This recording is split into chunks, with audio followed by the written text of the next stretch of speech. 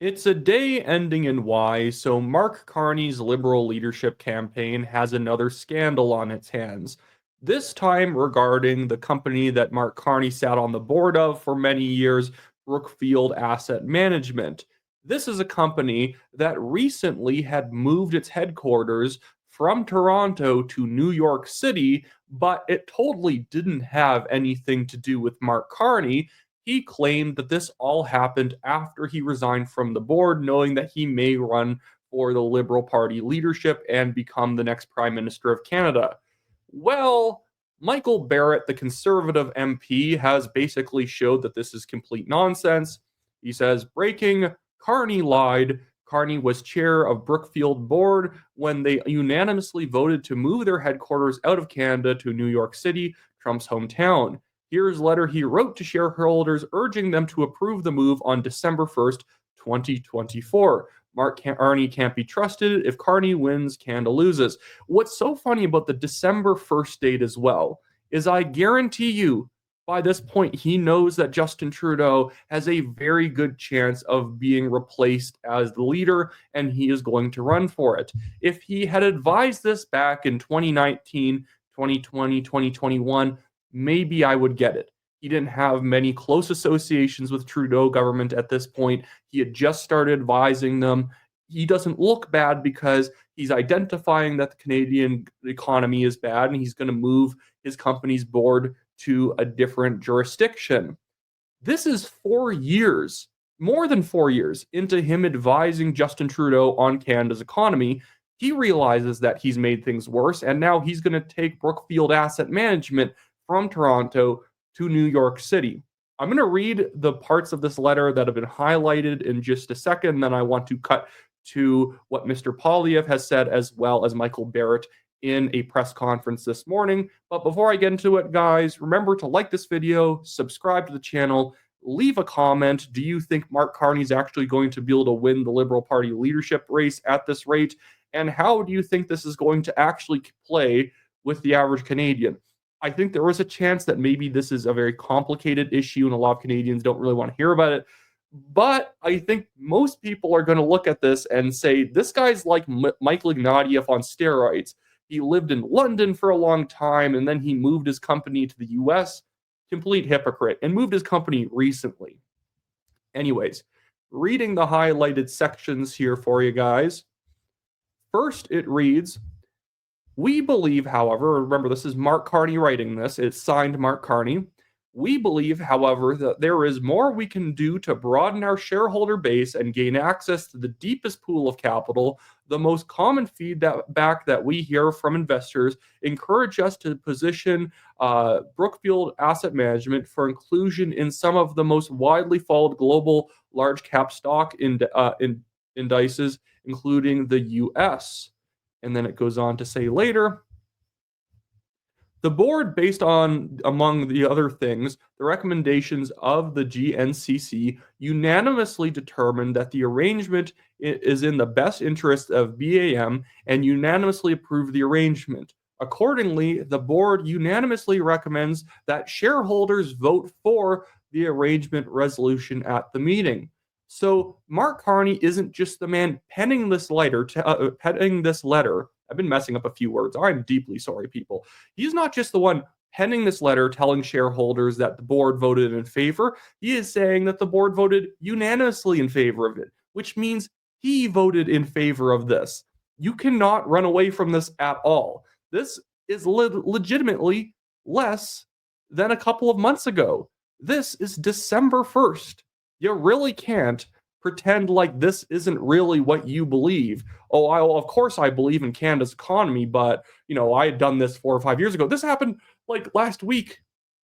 And right when he knows he's probably going to be running for leader, he's been running a shadow campaign to become leader for about a year now.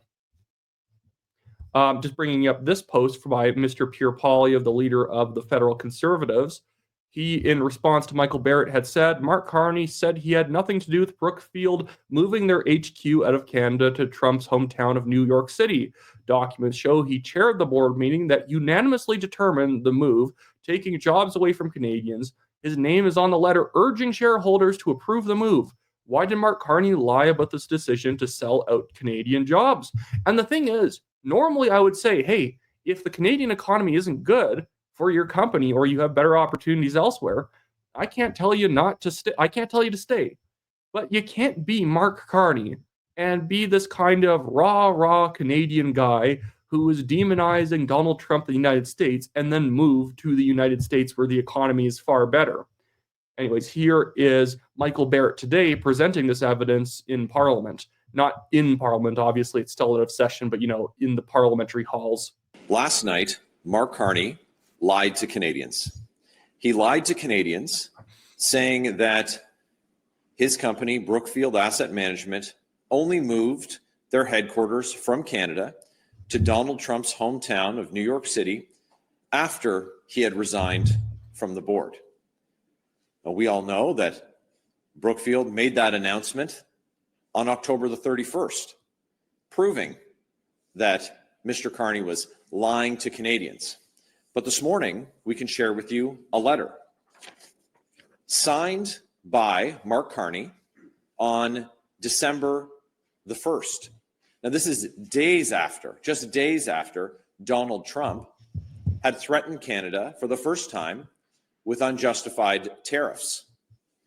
Now, this letter says that the decision by the board, of which Mark Carney at that time was chair, was unanimous to move the headquarters and Canadian jobs to Donald Trump's hometown of New York City.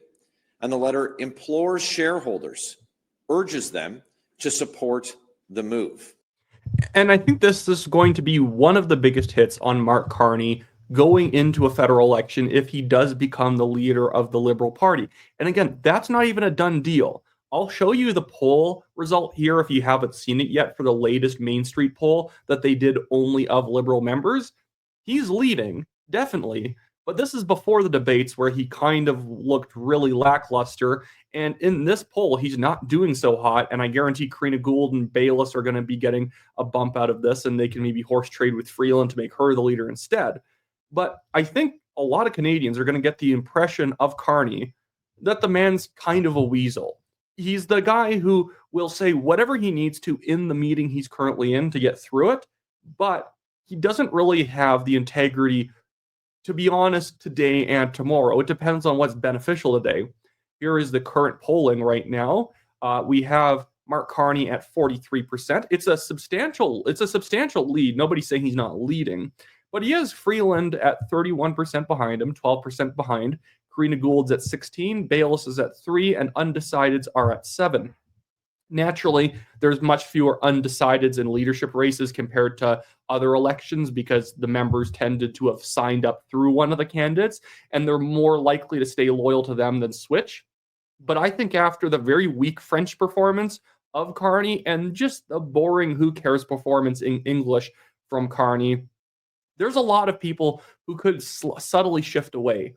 I think that guy needs to win or become extremely close to winning on first ballot, or he's so screwed. Even if he wins, if it's a third ballot win, if he has to go to the end, or he only barely scrapes it out after 2 ballots, that's going to be a big indicator that the man doesn't have any staying power. And I've said it before, when polls are showing the Liberals suddenly leaping ahead of the Conservatives, off of the back of this very low energy Liberal leadership race, I think pollsters just need to check their methodologies again.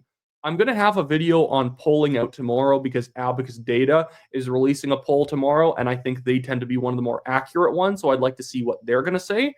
But a lot of these pollsters, they're saying that, well, if we say Mark Carney's the leader, the Liberals are ahead by 3 points. Really? You're going to be ahead if Mark Carney's the leader? Carney doesn't even have 50% name recognition in Canada. There are actors who do CBC shows who have higher name recognition than Mark Carney. I think this is just a massive response bias. I can even bring it up now, and I'll probably do it tomorrow as well. I thought Innovation Research's poll on of Canada was great. And I'm not just saying this because they had the Conservatives ahead. That doesn't benefit me at all to lie about where the Conservatives are at. Because the numbers are going to be the numbers on election day, and I don't want to destroy my reputation by saying, oh no, the Conservatives are 70 points ahead and then they lose by like 5 and I look like an idiot. I'm only going to say what I actually think is going on in the polling. And innovation research does a really good job of balancing the type of voter. So their latest poll had the Liberals at 27% and the Conservatives at 40, a 13% lead for the Conservatives, which I think maybe their lead could be a little smaller than that, but I think that you're not going to push the Conservatives below 40% in this election cycle. I also don't think the People's Party is going to be getting 3%. I think they're going to shrink back to what they were at in 2019, 1.7, 1.9%, and the Conservatives are probably going to eat up more of that percentage. So, but this 13% lead makes sense when you look at the types of voters that they poll. I love that innovation research does this because when they do personality tests on voters and ask them some fundamental political value questions, it makes it so that they know that they haven't overpolled a type of person because people may change how they vote, but their political personalities tend to change far slower over time. So as you see here, we have like 6 different categories. Pay-as-you-go moderates, which are moderates very subject to changing based on the performance of the current government. We have populist conservatives, more right-wing voters, deferential conservatives, a little bit more of like a red Tory. That's more of a, I guess, a business liberal is a red Tory, but deferential conservatives, generally pretty orthodox, but I think I believe if I've looked up the definition, less populist, more like neoconservative type conservatives. Business liberals, more red Tory-ish, people who can go between the liberals and conservatives, election to election. Left liberals and core left. The difference between business liberals and pay-as-you-go moderates is moderates could go to NDP, they could go liberal, they could go conservative, they could go green. Business liberals are going to mostly flip-flop between conservatives and liberals. And so look at this. And I think that this is a great way of making sure that you're not overpolling people, because suddenly if your core left or your left liberal population in your poll suddenly spikes to 27%, you probably overpolled a specific type of voter. You probably pulled a Starbucks lineup too much. And so this is what is leading me to think that the Conservatives' lead is going to be more steady than people think. And I've already talked about this in another video, but look at this. Business liberals in December 2024, before Trudeau stepped down, are at 43% conservative. They are going to vote 43% conservative, 27% liberal, 15% NDP. Makes sense. These people are going to be far more risk averse on the economy, so they're not going to be voting NDP much.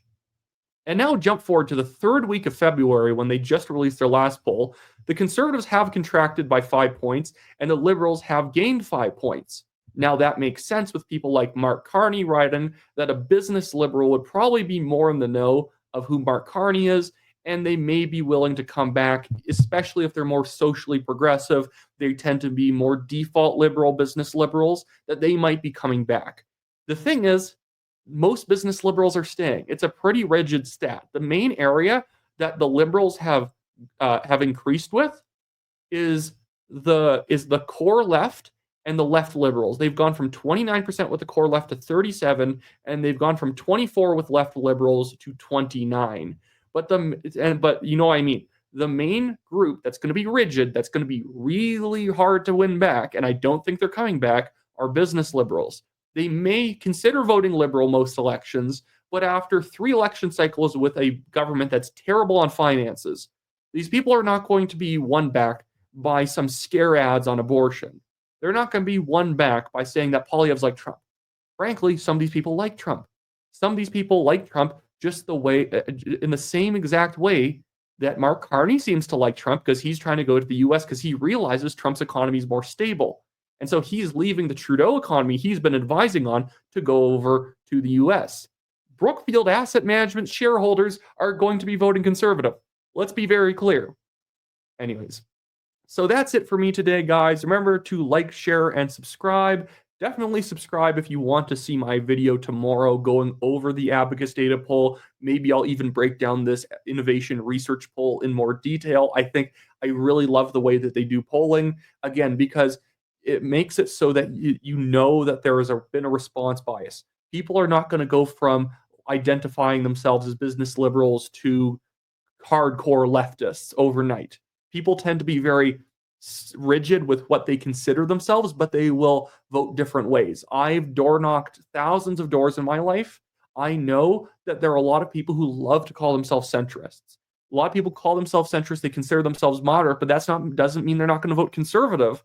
That just means that that is their kind of conception of politics. They like balance. They don't want too much radical change, but they might vote for somebody who is pursuing heavy reform if things get bad enough. And that's where the personality thing comes into play. I can even see why the core left has some people voting conservative. They may conceptualize themselves as being very concerned about equality or even equity, all that stuff, but they think the liberals are corrupt. They hate the liberals. And so 10%, 14% of them may cast a ballot for the conservatives simply to get rid of the liberals.